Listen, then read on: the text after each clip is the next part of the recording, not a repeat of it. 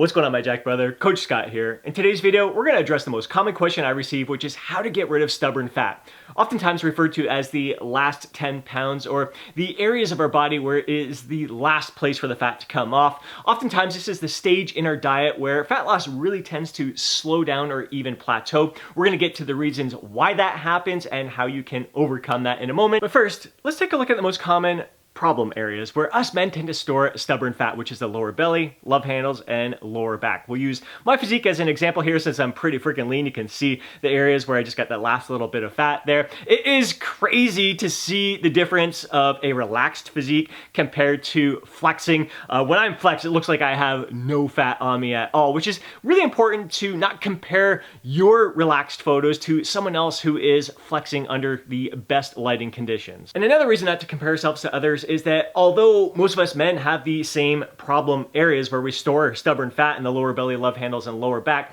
we all distribute our fat slightly different from each other. Some of us distribute that fat a little bit more evenly, and in those cases, a lot of these guys can look leaner have visible abs at a higher body fat percentage. They don't have to get as lean to see their abs pop, whereas some of us, if we want to see those love handles disappear, we've got to get pretty freaking lean. And this ties into another problem when comparing ourselves to others and trying to get our abs or obliques to look like theirs. We tend to fixate on our problem areas where it's solely focused on that last little bit of lower belly fat or the last little bit of fat on our love handle areas, and we don't appreciate the rest of our physique.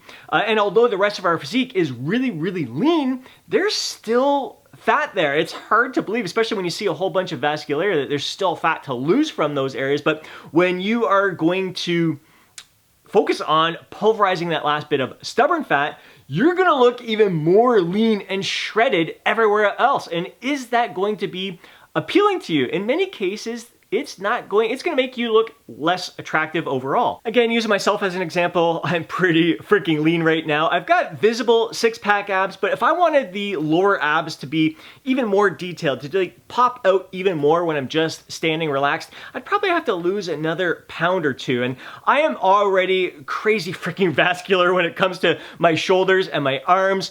And one of the issues that I guess I'm a little self-conscious about being a bald guy this lean is like when I'm doing like a dumbbell bench press or a skull crusher, and I'm like holding my breath a little bit there or really pushing it hard, like my head veins like all along my cranium are like freaking popping out. I look like a mad scientist. It's a little bit gross, to be honest with you. And even like some people, I've received some comments on some of my videos, even like when I'm doing a bicep curl where they're seeing all the veins, although it may be appealing to some people, some of my fellow bros appreciate it, it's gross to some others. And if I'm trying to be attractive to the opposite sex as well, like some women are not necessarily attracted to that level of leanness, that level of vascularity. So if I wanted to drop that 2 pounds just to make my lower abs a little bit more detailed than what they are right now, like the rest of my physique may not look so attractive. And I may even like my face, I've got a pretty narrow face to begin with, may get to the point where I start looking a little bit more gaunt. Now, if I wanted to compete in bodybuilding, I'd have to lose probably about another 10 pounds to get stage shredded. And again, like when it starts to get to this level of leanness, like you're really trying to obliterate that last bit of lower belly fat and oblique fat, that's when you start running into the health issues, the hormone issues. And is that a trade-off? Like if you're really obsessed with trying to like completely obliterate all that last bit of lower belly fat and love handle and lower back fat, like that is a compromise that in many cases just isn't worth it. And I guess that brings up the question, what truly is stubborn fat? Is it that last 10 pounds where you're going from like really lean to stage shredded, like the true last 10 pounds of fat? Or is it the last 10 pounds getting up to the level of leanness where I'm at right now? Or is it a level of leanness that's even a little bit carrying a little bit more body fat than where I'm at right now? Oftentimes, stubborn fat is just the point where you are at the stage in your diet where fat loss has slowed down or maybe even plateaued for you. So now the question is, why did your fat loss slow down or even stall altogether? There could be multiple reasons here. Number one is that if you've been losing a fair amount of weight, if you've lost 10 pounds, 20 pounds, 30 pounds, your metabolism has slowed down. Not because you've done any damage to it, but because you are moving around less mass. So your metabolism, your basal metabolic rate, how many calories you're burning throughout the day, day, a large determinant of that is your total body weight. So if you are moving around more mass throughout the day, your body's going to need to burn more calories, or your body's going to burn more calories with each step that you take, each movement that you perform. And a general estimate of how much your metabolism may have slowed down throughout this dieting process is for every 10 pounds that you've lost, basically, I would assume that you're burning 100 calories less. So if you've lost 20 pounds, you're burning 200 calories less at this body weight than you were at the beginning of this diet. So if you're still consuming the same amount of calories that you were at the beginning of your diet, you're creating a smaller deficit than you were in the beginning, which is why your fat loss has slowed down. And I personally usually look at this slowdown in fat loss as a good thing, especially when you are already really lean and you're just trying to lose that last little bit of stubborn fat. You want to make sure that you are preserving your muscle mass in the process. As I've mentioned in previous videos, you want to make sure that you are losing weight at a rate between 0.5 and 1% of your total body weight per week. The leaner you are, the more I'd prefer you closer to that 0.5% of your total body weight. So if you are 200 pounds, you would want to lose around 1 pound per week. So although your fat loss has slowed down, if you're still within that range, I wouldn't change a thing. But if you've really getting close to plateauing, or you fall below that 0.5% of total body weight loss per week, then you want to reduce your calories a bit. Start by reducing them by 100. See how your body responds over the next week or two. If it's still a little bit slower than that 0.5% per week, then drop it another 100. See how your body responds. But there's other things to consider as well. Oftentimes, when you are going through this dieting process, especially if it's been a lengthy process, even if it's only 3 months, towards the end, you can be experiencing diet fatigue, mentally and physically.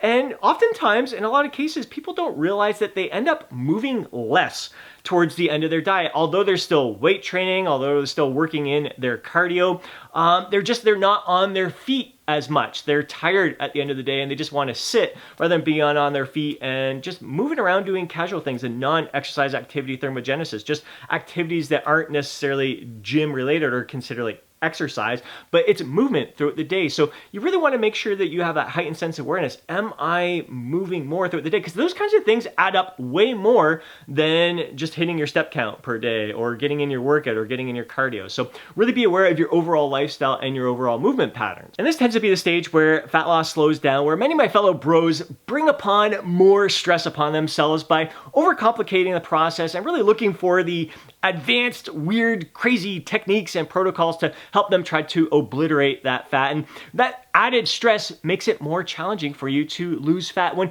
really what you need to do is simplify the process and really focus more and more on mastering the fundamentals, such as sleep. If you are getting an adequate amount of quality sleep each and every night, it's going to help you recover better from your training sessions. It's going to increase your energy level. So you're going to want to be on your feet more. You're going to give the best of yourself to each training session. Your mood is going to be elevated, help you be able to mentally focus and handle the situation better. It's going to help you manage your appetite a lot better. So it's going to reduce your stress and just help you feel your best, perform your best throughout the remainder of this process. So really mastering the fundamentals is absolutely key when it comes to pulverizing stubborn fat. And again, coming back to the fundamentals, really getting precise with your nutrition. Have you been slacking a little bit there throughout the diet process? Are you taking little nibbles here and there of food between meals or stuff, or as you're preparing a meal? So really being conscious, have a heightened sense of awareness of the foods that you're consuming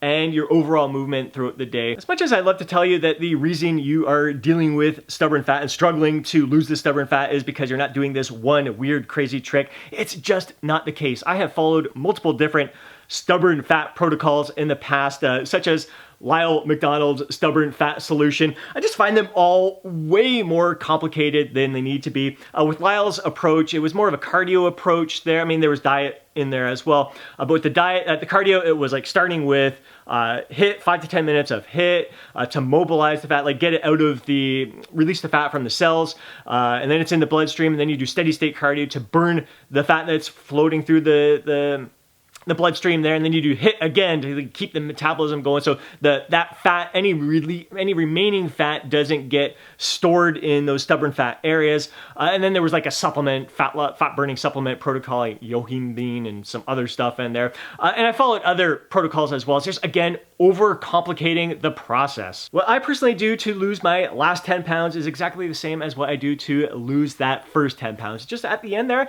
I tend to get a little bit more precise and really make sure I am honed in on mastering those fundamentals. I've got a fantastic course out there, the 4-week mini cut, where you'll see exactly what I ate for 28 days. And during that 28-day process, I did get more precise. I was right within consistently 2,000 to 2,100 calories each and every day, and I consumed nothing but whole, natural, nutrient-rich foods.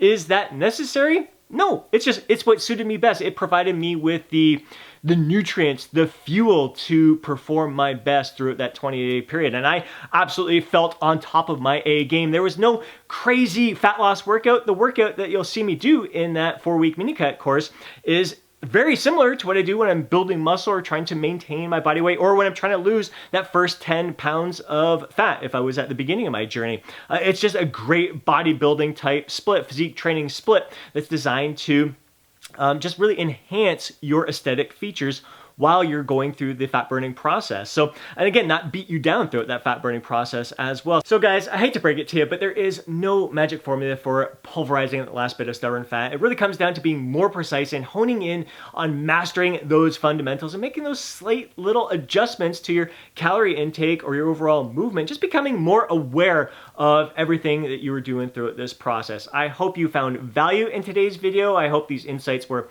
helpful to you. I hope it didn't let you down, but it is the truth. I just gotta be honest with you here. It really comes down to mastering the fundamentals. If you did enjoy today's video, please do me a favor, smash that thumbs up button. I'd really appreciate it. If you want to see more videos like this, be sure to subscribe to the channel. Hit that alert button so you're notified each time I upload a video. If you know a fellow bro who would benefit from watching today's video, please do me a favor and share it with them. But more than anything, I'd love to hear from you down in the comment section below. Share your thoughts, share your insight, share your feedback. And before you go, don't forget to download your free guide, Jacked After 40. Have yourself an amazing day. Catch you in the next video.